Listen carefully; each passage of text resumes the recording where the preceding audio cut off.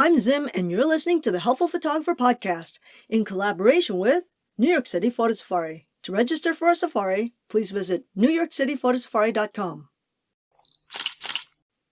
One of the questions I get asked most often is, should I upgrade to a full-frame camera? My usual answer is no, despite the fact that I myself shoot full frame. But before you stop listening, let me explain why I personally shoot full frame and see if this resonates with you. The number one reason why I shoot full frame is because the aspect ratio of the sensor is the same as 35mm film. When I compose a photo in my head before I press the shutter button, I do it to that aspect ratio because I've been shooting 35mm since I was 12. As a result, I have a very difficult time composing in the aspect ratio of a crop sensor, which is more squatty and square than full frame. In other words, it's not as long. So if you're new to photography, you wouldn't have the same problem because it's all you know. Another reason why I shoot full frame is for the resolution. The full frame sensor is larger than that of a crop sensor and is capable of producing a higher resolution image. But let's face it, the vast majority of shooters won't take advantage of this resolution because they're not presenting their images in a medium that would require or is even capable of taking advantage of this much resolution. So unless you need this resolution, you don't need a full-frame camera. Full-frame sensors tend to have a much greater dynamic range, which makes it more forgiving if you screw up your exposure or if you have really contrasty conditions.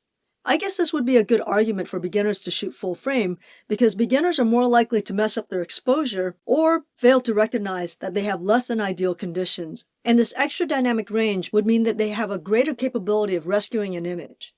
The extra resolution also allows you to shoot in increasingly low light with less noise. The larger sensor also gives you a shallower depth of field, which may or may not be desirable depending on the types of things you like to shoot. But for those who like to shoot portraits and want that nice shallow depth of field and think that full frame will resolve your problems, all I can say is I can achieve a beautiful shallow depth of field on a cropped sensor at f8. So this isn't a great reason to be shooting full frame. I'll cover how I do that in the next podcast. It should be noted that aside from cost, all of the full frame bodies are bigger and heavier than their crop sensor counterparts. The lenses are also bigger and heavier. This fact alone should slow you down from going full frame. As it is, most people don't like carrying a crop sensor DSLR due to the weight, so going to a full frame camera? Good luck with that one. So when would an amateur photographer need full frame? One instance I can think of is bird photography. Oftentimes you're dealing with very harsh lighting conditions, and that extra dynamic range can be really helpful. A lot of bird photographers also tell me that they're doing a lot of cropping because they cannot get close enough even with a lot of lens. As a result, the higher resolution of the full-frame sensor would be helpful. Full-frame cameras are also generally built for pros who demand a faster autofocus system.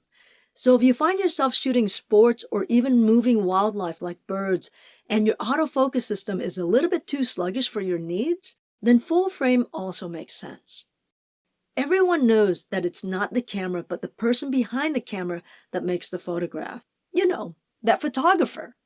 So if you think a full-frame camera is going to make you a better photographer, well, give me a call because I have a bridge I'd like to sell you. In all seriousness, unless you need the things I just mentioned, you don't need a full-frame camera. It really won't make your photography any better. Okay, that's it for now. If you enjoyed this podcast, please give it a like on iTunes or wherever you listen to this podcast. Until next time, keep on shooting.